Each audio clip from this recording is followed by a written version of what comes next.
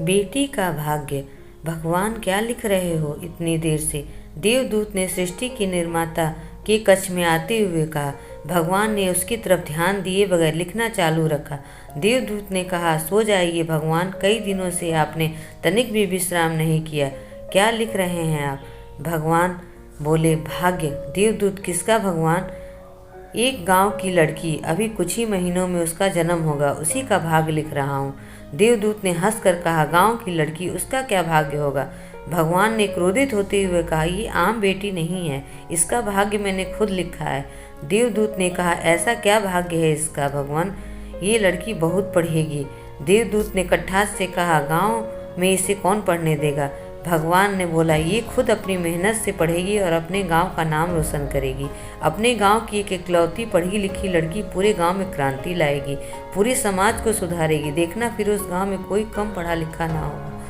देश में बड़े बड़े लोग इस कार्य से प्रभावित होते हुए इसके कार्य के लिए उसको पुरस्कार दिए जाएंगे। वे अपने माँ बाप का नाम रोशन करेगी।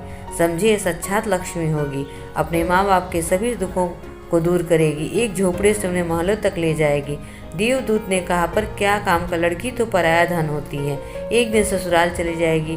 फिर भगवान ने कहा, ना ना, ये लड़की शादी के बाद भी अपने माँ बाप को संभालेगी। अरे, जिस दिन इसका भाई इसके माँ बाप को घर से निकालेगा, उस दिन यही बेटी उनका सहारा बनेगी, उन्हें किसी बात का दुख नहीं होने देगी। अचानक भगवान बोलते बोलते रुक गए। उनकी छाती में पीड़ा होने लगी। देवदूत ने उन्हें संभाला और कहा, क्या हुआ भगवान?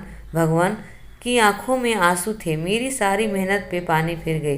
देवदूत ने बोला, क्या हुआ भगवान? अब वो बेटी जन्म नहीं लेगी। देवदूत, क्यों भगवान?